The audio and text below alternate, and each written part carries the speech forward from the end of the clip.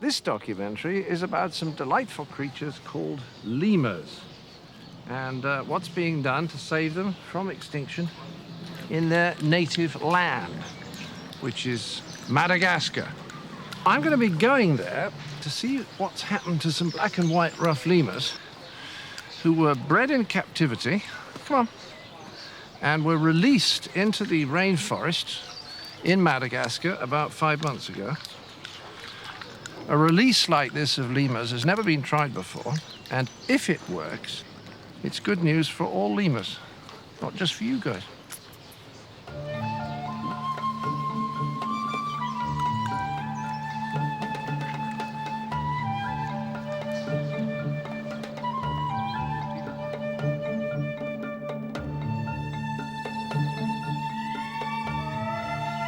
The word lemur means ghost, and that's just what these creatures are, ghosts of our past. Ancient primates that roam the world's forests back in the mists of time. I love saying things like that, but I'll try to stop because I know it's irritating. The simple truth is, I adore lemurs. They're extremely gentle and well-mannered and pretty, and yet great fun. Should have married one. So it's worrying that they may be heading towards extinction. My story starts in Jersey Zoo in the Channel Islands, probably my favorite place on Earth. I first came here 30 years ago, filming for Monty Python, and I was amazed to discover this safe haven, this Noah's Ark for animals which were facing extinction in the wild. Jersey Zoo was set up in the late 50s by Gerald Durrell, whose widow Lee carries on his work. With her help, I managed to channel funds from the Fierce Creatures premiere to send some of these black and white rough lemurs born in captivity back into the wild. Vitally important to the species, but risky for the individuals, so I was rather glad to discover that my old friends here in Jersey had failed the audition.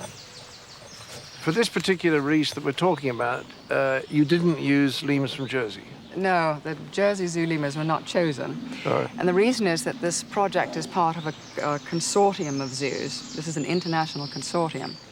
But it turns out that the American members of the consortium had the best pool of black and white lemurs from the point of view of genetics. And so it was American ones that we chose for at least these first few phases of the release.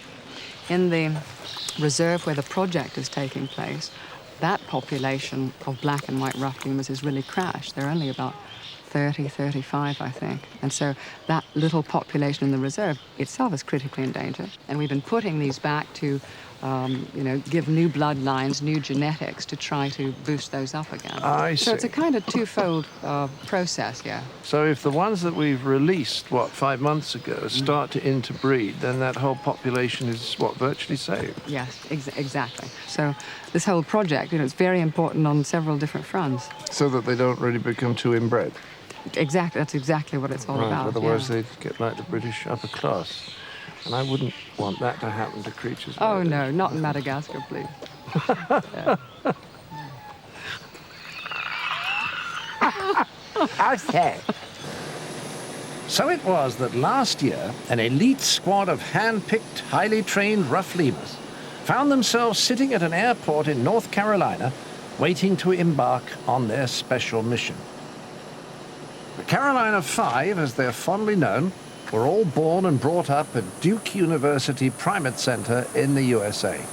This carefully selected family group were about to put their survival skills to the test in the wilds of the rainforest.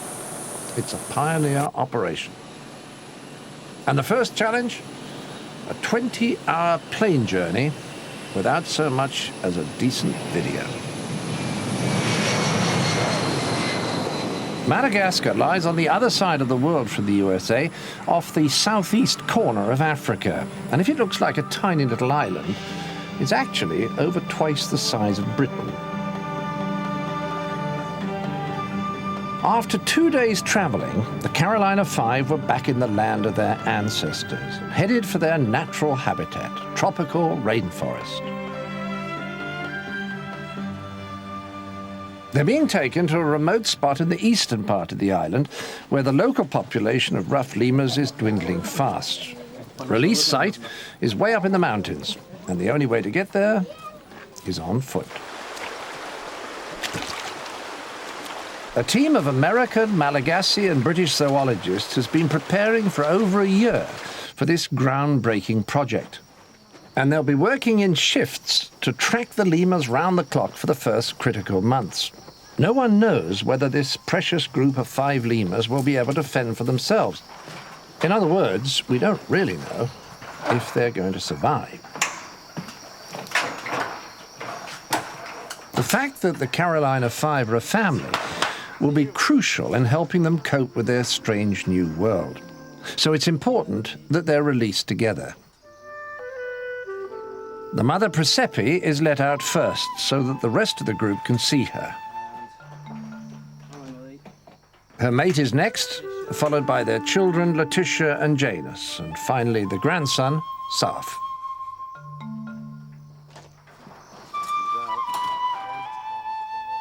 It's up to Presepe to lead the way into the great unknown.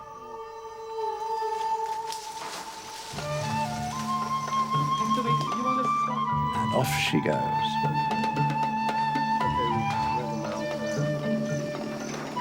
Presepe's the first one to... It doesn't take too long for the others to catch on, and soon they seem to be bounding through the trees like naturals. Only the daughter, Letitia, gets left behind in the rush.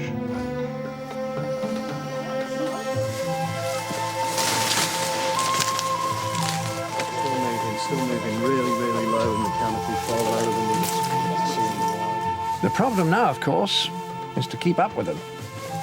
It's important the lemurs don't stray out of the rainforest. There's only so much that the team can do to help them. Otherwise, they're on their own.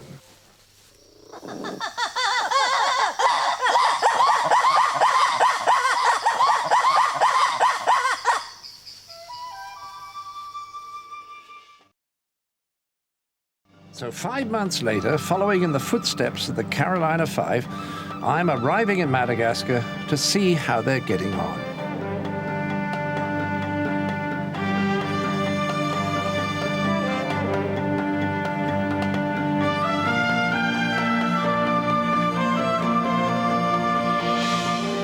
Madagascar.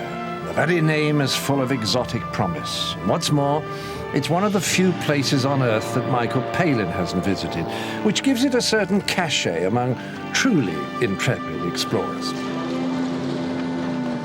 And here I am, British comedian, bred in the captivity of Western-super-Mare, about to be released into the wild thousands of miles from the nearest cappuccino. I wasn't sure what to expect. Ah! My first impression is that it's like stepping back in time to a prehistoric world, although the dinosaurs are a little friendlier.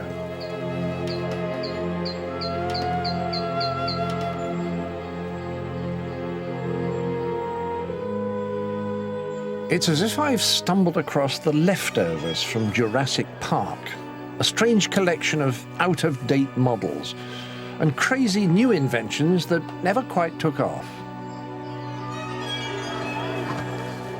With over 400 recorded species of spider alone, and tens of thousands of insects not yet classified by science, there's the constant danger of treading on something that hasn't even been discovered.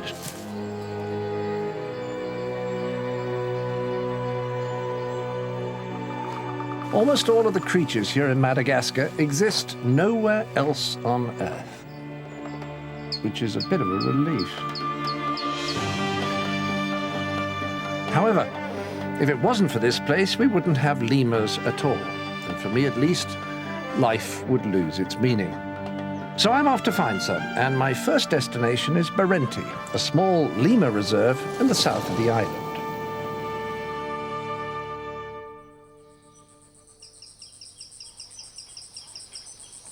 5:30 in the morning, and it's already 80 degrees and rising. I'm up early to go and find my first wild lemur. I've adored them since I fell in love with a ring-tailed lemur at Bristol Zoo in 1954. And since then there's been a string of relationships, but always, sadly, in zoos. So this is my first field trip, a chance to meet them in the wild, to understand better how lemurs first got to Madagascar, why they survived here when they died out in Africa, and what threatens their future now. The question is, where to start looking for them? I needn't have worried. The forest here is full of ringtails, and if they seem particularly relaxed, I should explain that this was Sunday. The trademark ringed tail makes this easily the best known of all the lemur species. But what I like about them is that they've got bags of attitude. They remind me of football fans on their way to a match, all waving their scarves at one another. These guys are Newcastle United. He's Derby County. And all the ones up there are either Fulham or Notts County. Fulham. Aren't you nice? Aren't you nice? I want your scarf.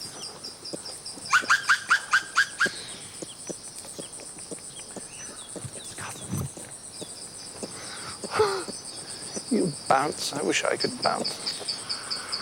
I used to be able to bounce. Ah, well. The tails aren't just for show. They're a vital part of the ringtail's survival kit.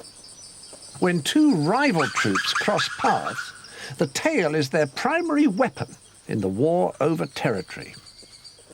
You see, the males rub scent from their wrists into their tail, which is then wafted at the opposition in what zoologists refer to as a stink fight.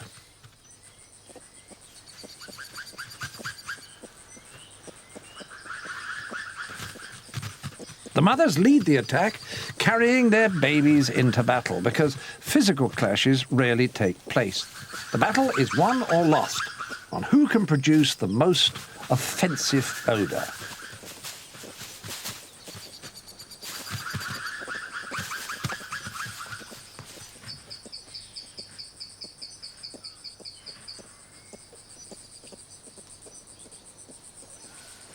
The ones who showered this morning are in retreat. Sunbathing is one of the ringtail's more peaceful pastimes, and it's here that they start to seem strangely familiar to us. They bathe sitting in an almost Buddha-like posture, worshipping the sun to warm themselves up at the start of the day. Like us too, they are very sociable. And they spend much of their time grooming each other. As in human society, each group has a distinct pecking order, and females are very much at the top of the tree.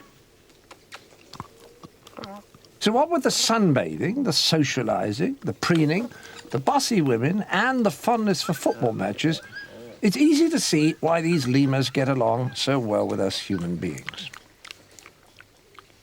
It's as if we've known each other for years. So it may not surprise you to learn that these lemurs and we human beings have a common ancestor.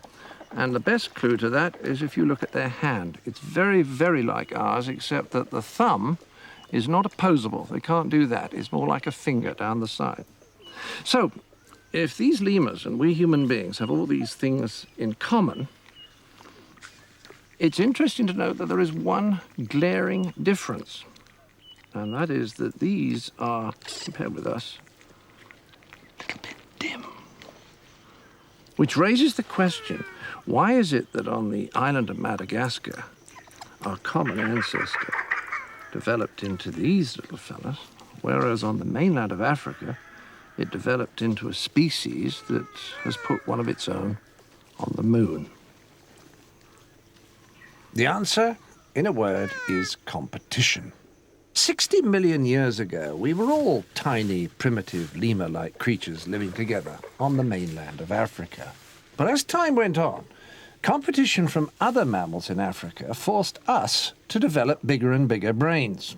However, a lucky few of those original primitive lemurs managed to escape the evolutionary rat race and found asylum on this paradise island across the sea. But how did they get there? Nobody's quite sure how, but the current theory is that they made the crossing on a raft. Well, on a piece of floating vegetation. And there's two reasons why they could have done this. First, they were capable of slowing down their metabolism so that they could go for days without food. And second, they were light enough not to sink the raft. Now, this theory would explain why no larger, heavier mammals ever made it across to Madagascar. With the result that when the lemur ancestor finally arrived, it found that there were no predators and no competitors for food either, as there were no apes and no monkeys. So it was able to sit back, relax, and evolve, not perhaps upwards so much as sideways, producing many different species of lemurs. Big ones, small ones, nocturnal ones, diurnal ones, tree hoppers, ground dwellers, solitary ones, social ones. Some with a marked interest in phenomenology, others devoted collectors of Gary Glitter records. A small group became fascinated by shrimps and spent their entire lives training them to do somersaults. Oh, do shut up.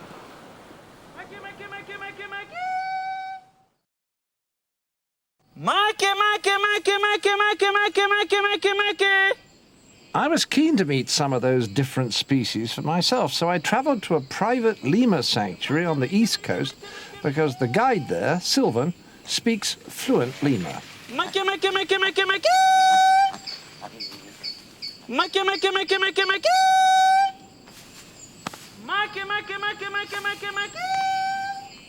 All kinds and colours of lemurs simply appeared from nowhere. Balls of fur peeking through the trees, lured by the promise of a free banana. Hello. I don't know, do you like the skins or would you be insulted? No. Come on, banana's here. No, please. I like this black one, he's okay, isn't he? Yeah. A little bit scared, I can get one. Oh, he is good. Be careful for this one, huh? Yeah, which No, one? That this one? is- Yeah, I yes. blocked him out. Yeah. I'm trying to get it to you, darling, and you keep running away. You are beautiful, aren't you? You are just... You wouldn't find all these species sharing dinner in the wild, but here at the sanctuary, they're learning how to get along together. Black lemur, this one. Yes, that's good. The pretty ones seem to be the shyest. Don't see? Oh, well. Second. Oh, yes. Yeah. Yes, I can see movement. Oh, he's wonderful. Yeah. Oh, my God, he's Best beautiful. jumping Is that of- a shifak? A sifaka, cockroach sifaka. I wish he'd come on. The most resplendent is proving to be particularly bashful. Come on, cockroach shifaka. I want to feed him. Make.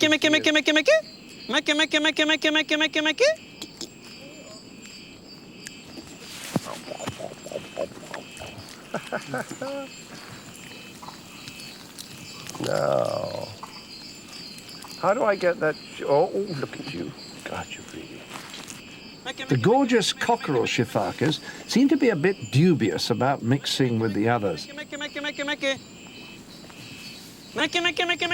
It was as if they were somehow above it all. Oh, look. The cockroach shifaka. Come on. Banana. Eventually, our persistence paid off. Come on. Look. Yes. Now, is that good or is that good? You want the whole thing? Ah, that's good. Excellent. And where's the third one? Up there. Now, how do I get to you? I have an idea. Banana on a stick. Ah, that's good. And these guys are obviously used to having things brought to them on a silver platter. They look like judges, don't they? You know, in the English law courts, they wear these silly wigs, and they've always got big eyes, because they look as though they've just woken up.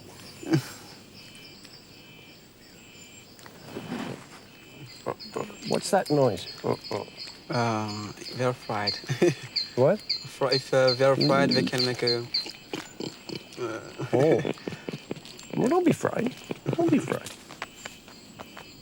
I may have scared the shifakas off, but I was proving a hit with the others. Yeah, that's right. You can have that. Ooh, little sharp teeth. I should explain that these lemurs have no real interest in me as myself. The word for human being in the local lemur dialect, literally translated, is creature who may be bringing us bananas.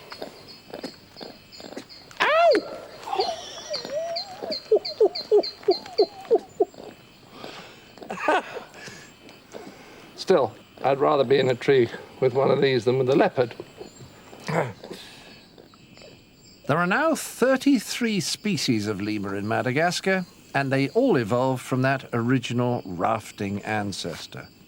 So how did one species turn into so many? Well, you don't have to look far to find an analogy. As with many things in life, it all comes down to market forces.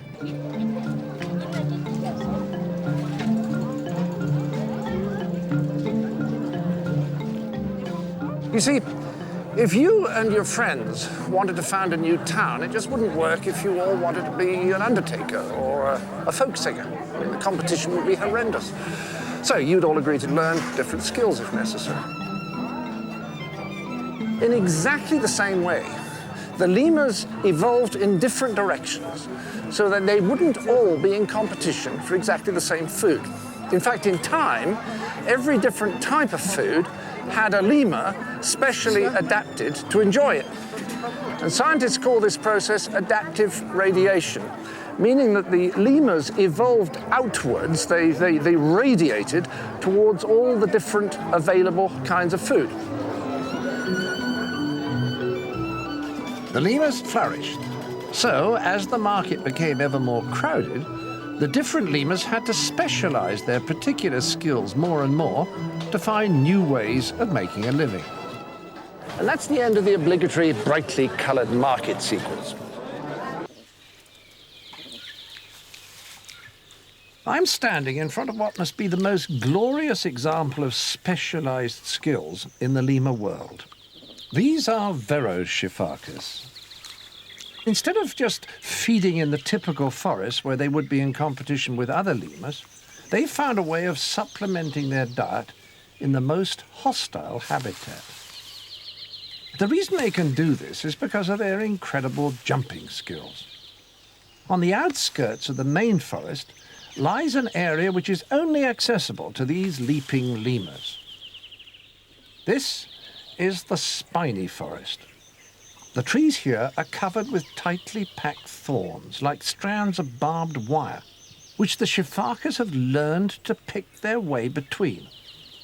But getting round the spiny forest is where their true skill lies. No one understands exactly how, but the shifaka can jump sideways over 30 feet with astounding accuracy, landing each time with its toes perfectly placed to avoid the thorns. It's a ballet of spectacular precision.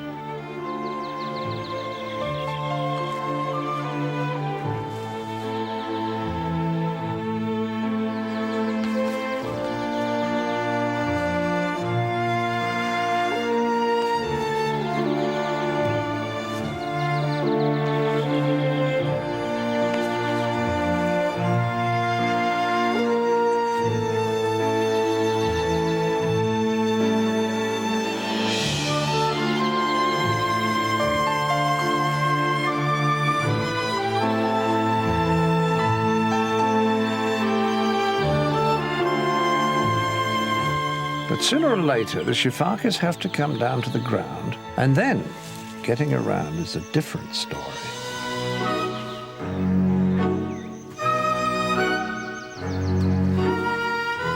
Their long legs are built for leaping, their backs for sitting up straight, and their toes for clinging to tree trunks.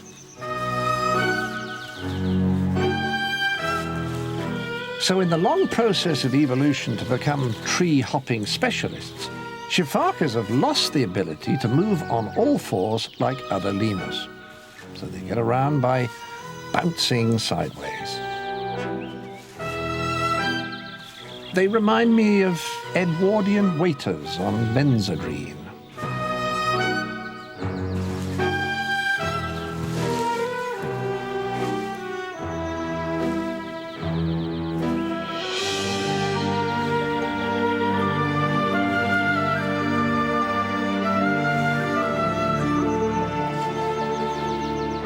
But in the air or on the ground, the Shifakas movement has to be one of the most beautiful things I've ever seen.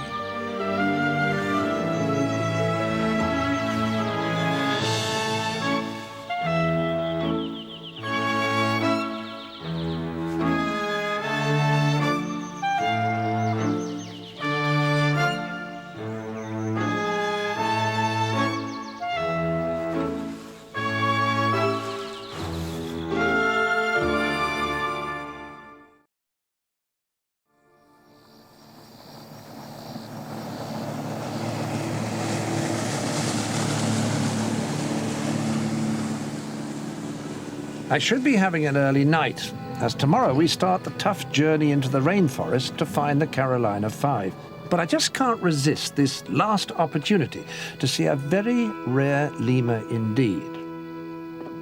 Good evening. I'm now going to see if I can find the weirdest of all the lemurs. It's nocturnal, and it is described as having the ears of a bat, the tail of a fox, the teeth of a beaver, the body of a microwaved cat, and witch's hands with an incredibly elongated and skeletal middle finger.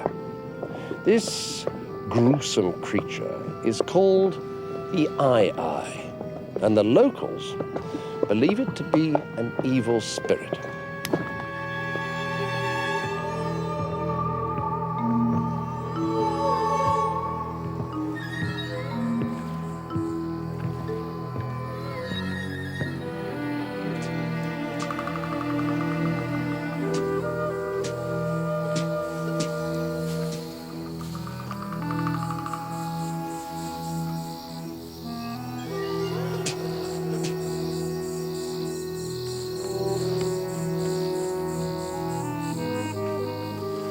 Like a cat burglar, the Eye has evolved a set of tools to get into places no other lemur can reach.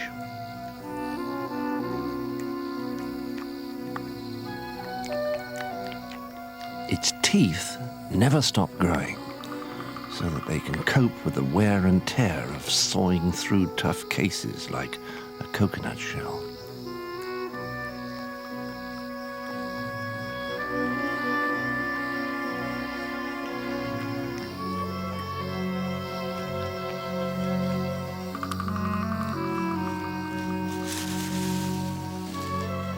Huge radar dish ears can hear insects moving beneath tree bark.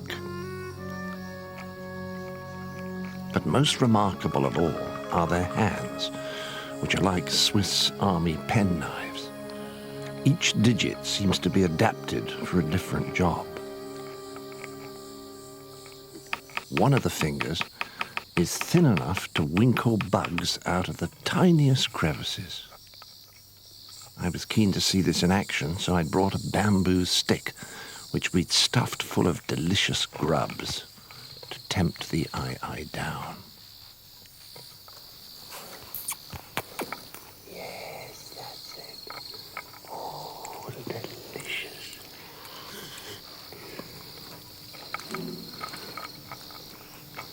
Being born with your very own chopstick is very clever.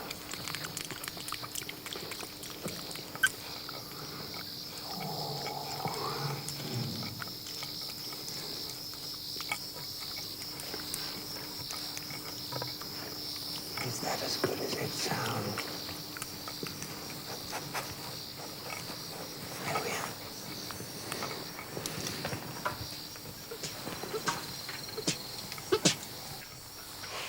My God, they're ugly.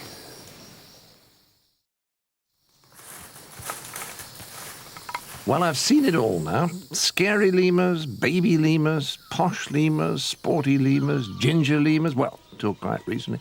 In fact, a multitude of lemurs exploiting every inch of this beautiful island. So, what's gone wrong?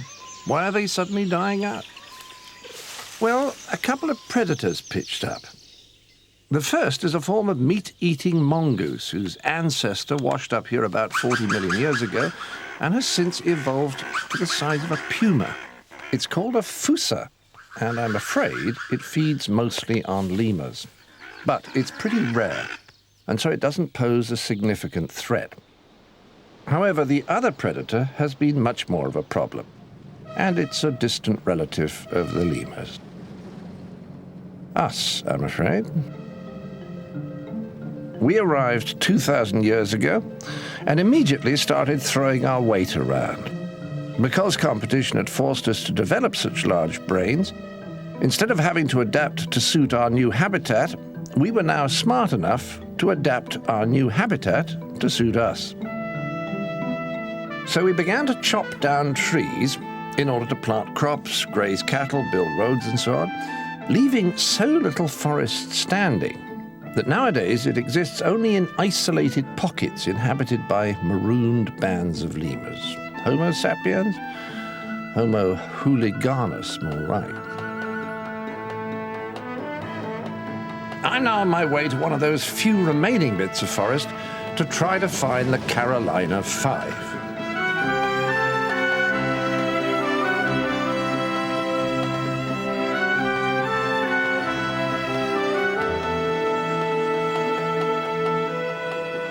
And I have to say it was with a twinge of apprehension that I found myself leaving the last vestiges of so-called civilization behind.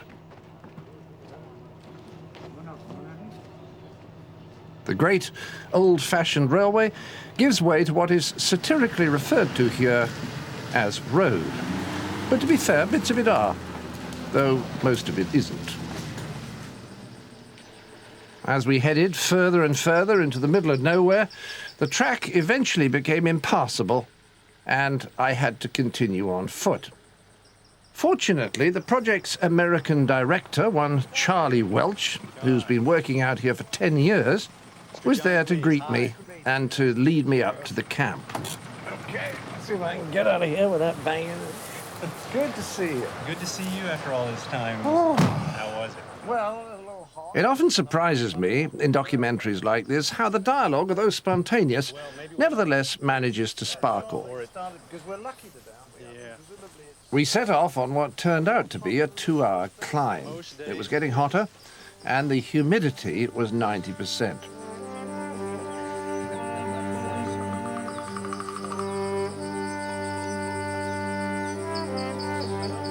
Charlie told me that waiting at the camp was an English scientist, the aptly named Adam Britt from London Zoo, who would be leading me on tomorrow's search to find our lemurs. Are we nearly there yet? The camp we're heading for lies perched on an isolated hill several miles from, well, anywhere really. So that's Batampana Nature Reserve. All the area that you see in the background, the forested mountains, are in the reserve. But there's quite a clear line there, Charlie, between the lighter green and the darker. Is that cultivated? Yeah, well, that's the southern limit of the reserve, and the lighter green on the downslope is, yeah, it's all cultivated land, and the forest on the upslope is all primary rainforest. Okay, and how big is the reserve altogether? Altogether, the reserve is 2,200 hectares. I pretended I knew what a hectare was, and on we went.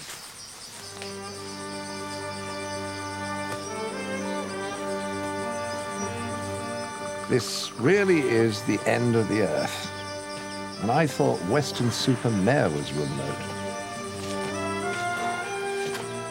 By the time we arrived at the camp, it was almost dusk. My dodgy knee was hurting, and the rest of my legs were going on strike, as were my heart, lungs, and body cooling system. Waiting to greet us was Adam Britt. Surprisingly, He'd forgotten that scientists are supposed to wear long white coats. You made it then. Just. I can't say the last half hour. Yeah, sure. Adam's been up here for 9 months now, so he's pretty well acclimatized. Anyway, absolutely. Show you to your luxury accommodation. Sensing my obvious need to try not to die, Adam offered to delay any discussions about the lemurs until I'd had a rest. The camp, which has been Adam's home for the last year, is like a model African village, so perfectly simple and pretty, it hardly seems real. But it's a very real existence for Adam's wife, Kerry, who said goodbye to family and friends in Britain to make a home with him out here in the rainforest for the next 3 years. It was tough today. 3 hours of driving, worst roads I've ever seen. Parts of them are fine, and then you come around the corner and there are these little mini lagoons, and you go down into one, and down into the next. And then 2 hours of walking, almost all uphill. The first hour's fine, and then the humidity begins to get you. I mean, I've never sweated like this in my life. And I guess you lose salts because last 20 minutes was a real struggle. Anyway, I'm going to have a little kip now.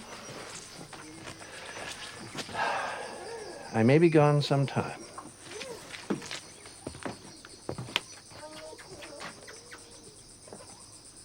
Well, at least there's something for dinner.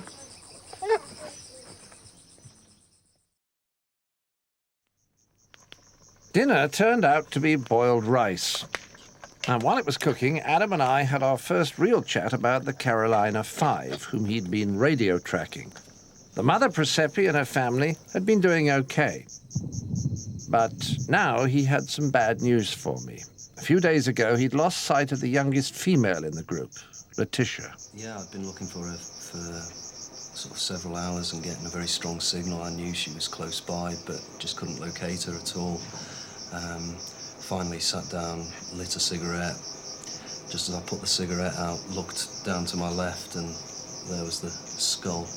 And close by was the radio collar as well. And that was pretty much all that was left, apart from her stomach contents from her last meal. It was a pretty upsetting moment, really.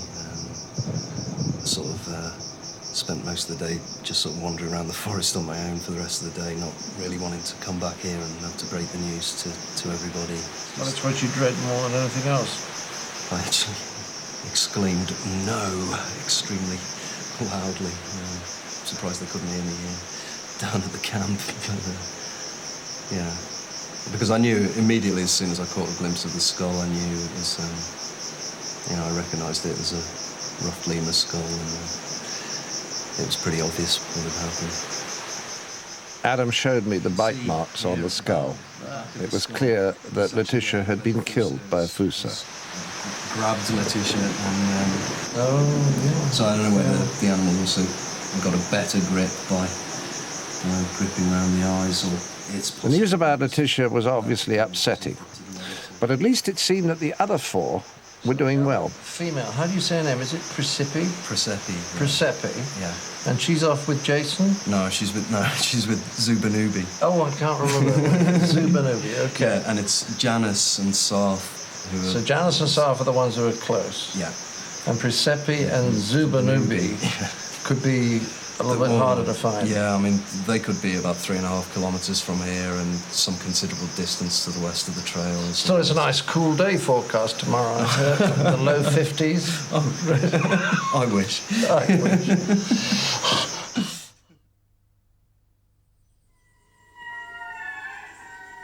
At 6 a.m., while it was still cool-ish, Adam led the way into the rainforest, which has become his office for the last 9 months.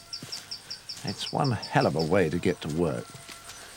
I always pictured rainforest as being flat, Adam. Much of it vertical? Yes, pretty much all of it here is rather like this. That's probably one of the main reasons why it's still here. Yeah, I see your point. After last night's news of Letitia's death, I was obviously worried about the chances for the rest of the group. But Adam explained that the others are spending more and more time high up in the trees, where they are safer from the fossa. But that means they're becoming very difficult to observe. So most of the research is now done by collecting and sifting through their droppings to find out what they've eaten and how healthy they are. So if we don't actually get to see them, we can at least show you some of their shit. Well, we've come about 1.5 miles into the rainforest, uphill, and Adam's helpers have raided us saying that our lemurs are about 400 yards in that direction. But as you can see, the forest is so impenetrable, they might as well be in Ethiopia. So we're going to wait and hope that the lemurs will come round a bit closer to the trail, which means that we now can have lunch. As you can see, I've brought my own napkin. After lunch, a cold risotto with rice sauce and rice on the side, the waiting began. As there's not a lot to occupy the mind up here, I decided to run through the 1953 Bristol City team. Cook, Guy, Bailey, Reagan, Peacock, Jack White, Captain Jimmy Rogers, John Attier, Arnold. Well, we've been waiting here for 4 hours, and the lemurs haven't moved at all. So, well, it's a long way to come to Madagascar, so we're going to go looking for them. You just stay there on your sofas and your armchairs, you know. Make yourself another nice cup of tea or a gin and tonic, perhaps. I'll go in here for you. Don't worry about me. I'll go into the death trap. I'll be fine. I'll be all right. Or if I'm not, you'll read about it in the papers, so don't worry. Suddenly, I spotted something. There. Where? Do you see? Through the fork. It's David Attenborough. Hello, David. How are you doing? What are you up to?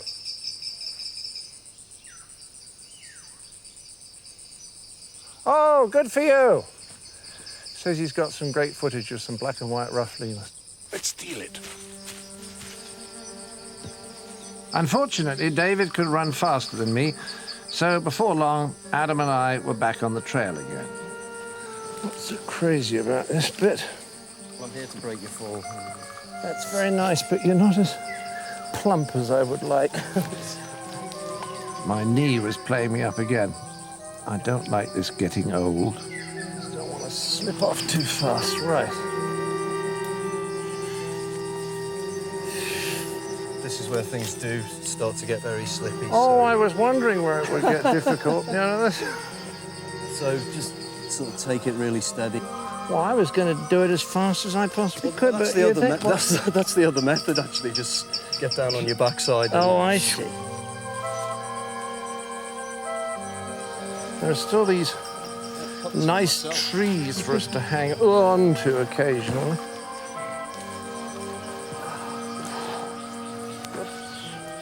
I think I've got a problem here. Well, you could try coming round the top.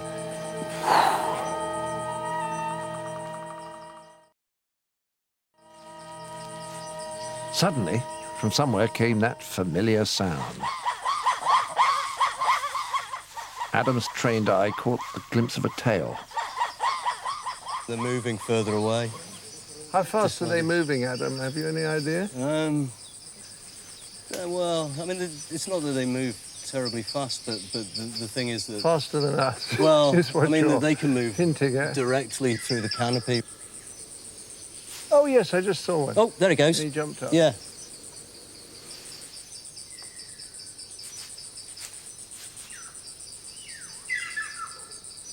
Well, that was fantastic. I know some of you at home will be asking, was it worth it? Was it worth flying 11 hours to the southern tip of Africa and then another flight and then 3 or 4 hours on the worst roads I've ever seen and then 4.5 hours hike to get here, just to get a glimpse of one of the lemurs for maybe a second and a half, 150 yards away? Well, of course it wasn't worth it. I mean, are you mad? Would you do it? Whole thing is a total washout. You little bastards! The little bastards had retreated to the most impenetrable part of the forest, but Adam had another plan. unfortunately. We were now only half a mile from the usual feeding spots of the parents, Presepi and Zubanubi. It was just possible that he could find a way of getting me down to them instead. Adam's gone down while we're taking a break. He's going to see if he can see the lemurs down there. If he does, we'll give it another go. Of course, if it weren't for the camera, I'd have left hours ago. I found myself trying to remember what induced me to make this stupid program in the first place. It wasn't the money. How was it? Worth a go? We could get a shot of you with the lemurs, I reckon. Okay, let's do it. It's a bit steep, but I think if we go down... How much of it is steep? Most of it.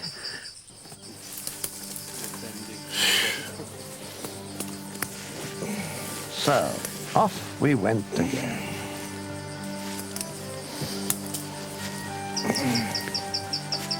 Ah, fuck, let's find her.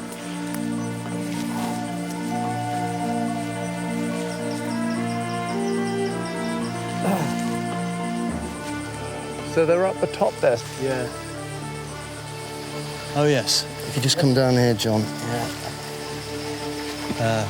But this palm's actually in the way. But if you look just up there... Ah, yes. Yes, That's I got him. Zubanubi and Presepi. Oh, marvellous. So that's 3 out of 4 you've seen. That's not bad at all. It's Presepi with the tail hanging down. No, that's Zubanubi. That's Zubanubi. We've shaved to enable us to identify Yes. like a French poodle. Oh, and yeah, he's just producing a sample for me. Oh, that's nice. If I can That's your homework. retrieve, yes, something to take Oh, home yes, with something to take home with you. A little memento. me. Okay, well, A few seeds.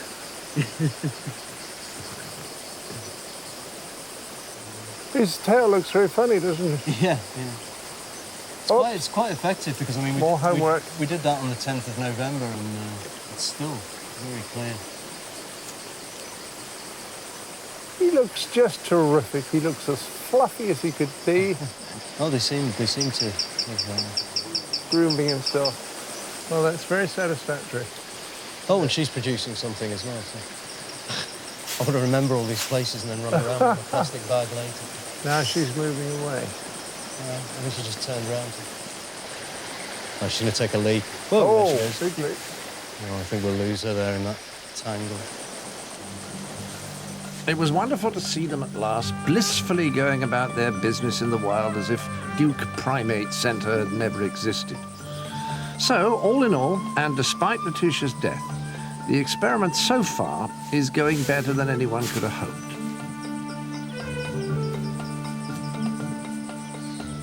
The new diet obviously agrees with them. In the 5 months since their release, Adam has recorded over 200 different types of fruit in their droppings. In fact, the black and white ruffs are so efficient at dispersing seeds that they actually play a crucial part in keeping the forest alive.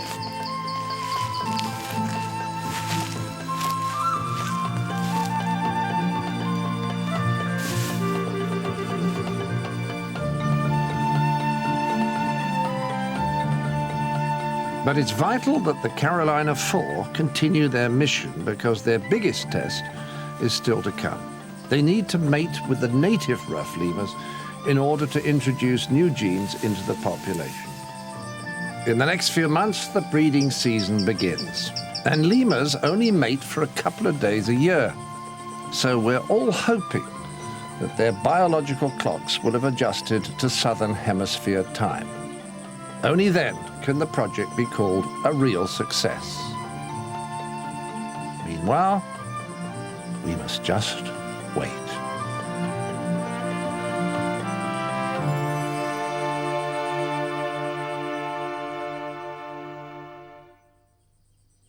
That night, I fell into a deep coma and woke next morning to find that I had come to the front of the shower roster. I don't think I ever welcomed a wash so much in my entire life. Never before has so little water been put to such good use. Oh, so good. In fact, for the first time in my life, I appreciated how lucky I was not to have more hair.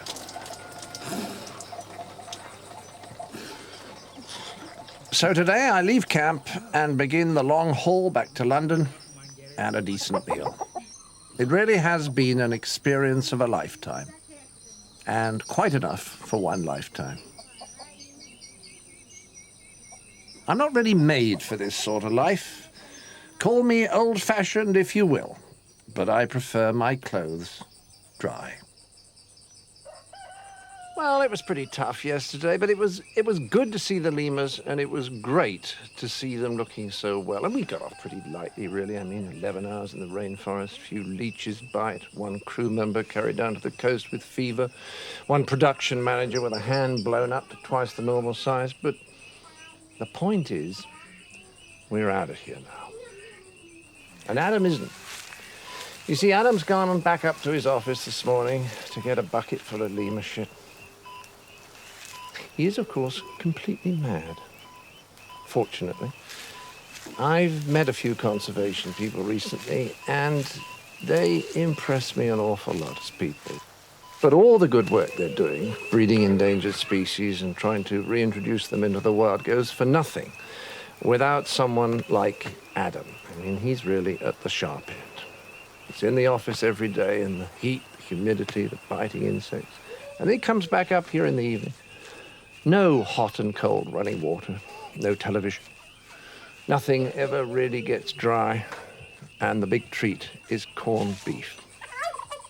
So I found myself thinking, as I left camp, that maybe the great thing about evolution is not just that it throws up black and white ruffed and ring-tailed lemurs and cockerel shafakas and aye-ayes, but also people like Adam and Kerry, who've given up practically everything to help 4 lemurs, who in turn could save a population of wild lemurs, and perhaps a whole rainforest. Wish I had that dedication.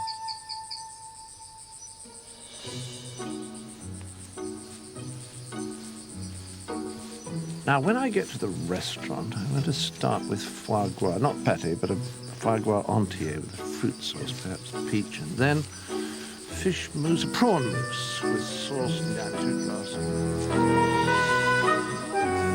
Some poached brill with champagne sauce, a really nice mercer. And after that, beef wellington. Has to be beef wellington, 70 cents.